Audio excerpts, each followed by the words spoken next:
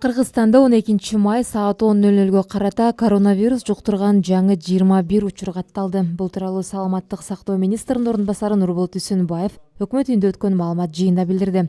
Анын айтуусуна караганда, жалпы коронавирус жуктуруп алгандардын саны өлкө боюнча 1037 адамга жетти. Ошол эле учурда өлкөдө коронавирус жуктурган 316 адам бейтапканаларда дарыланууда. 7 адамдын абалы оор, анын ичинен 4-өө реанимацияда жатат. 75 бейтаптын абалы орточо оор, 234 бейтаптын абалы канааттандырарлык. Ал эми бүгүнкү күнгө карата бир сутка ичинде илдеттен айыгып оорукандан чыккандардын саны 21 түздү. Алар Бишкек шаарында 12, Ош шаары 3, Ош облусу 3, Нарын облусу боюнча 2 жана Ош облусу боюнча 1. Республика боюнча бүгүнкү күнгө чейин жалпы 709 бейтап коронавирус илдетинен жеңип чыкты.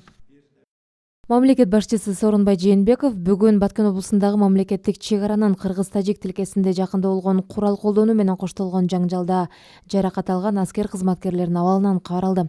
Бул тууралуу президенттин аппаратынын маалыматтык саясат бөлүмү билдирет. Октон жарадар болгон мамлекеттик чек ара кызматынын аскер кызматкерлери Султанбек уулу Мирбек, Абдисайыт уулу Манас жана Турдубай уулу Чыңгыз учурда Бишкек шаарындагы Саламаттык сактоо министрлигине караштуу улуттук госпиталда дарыланып жатышат. Президент чек арачыларга колдоо сөздөрүн айтып, алардын тез арада сакайып кетишин каалады. Мекен ак ниет кызмат кылгандыгы жана мекен чегин коргогондугу үчүн ыраазычылык билдирди.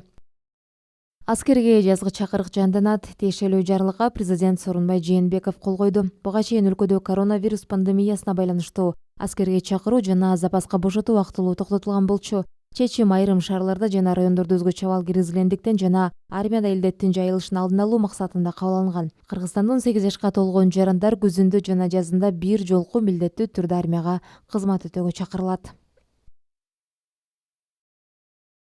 2019-2020 жылдар аралыгындагы окуу убактысы 30 майда аяктайт. Бул тууралуу кечээ күнү билим берүү министринин орун басары Надира Жусупбекова маалымдады. Коронавируска байланыштуу 9 жана 11 класстардын бүтүрүүчүлөрүнүн мамлекеттик экзамендери жыл ичиндеги жетишкендиктерин эске алуу менен гана коюлмакчы. Бул чечим биринчи кезекте окуучулардын коопсуздугу, саламаттыгы үчүн кабыл алынды. Ошондой эле бүтүрүүчүлөрдү ЖРТга көбүрөөк убакыт бөлүп, жакшылап даярданууга мүмкүнчүлүк жаралды деп айтылат маалыматта.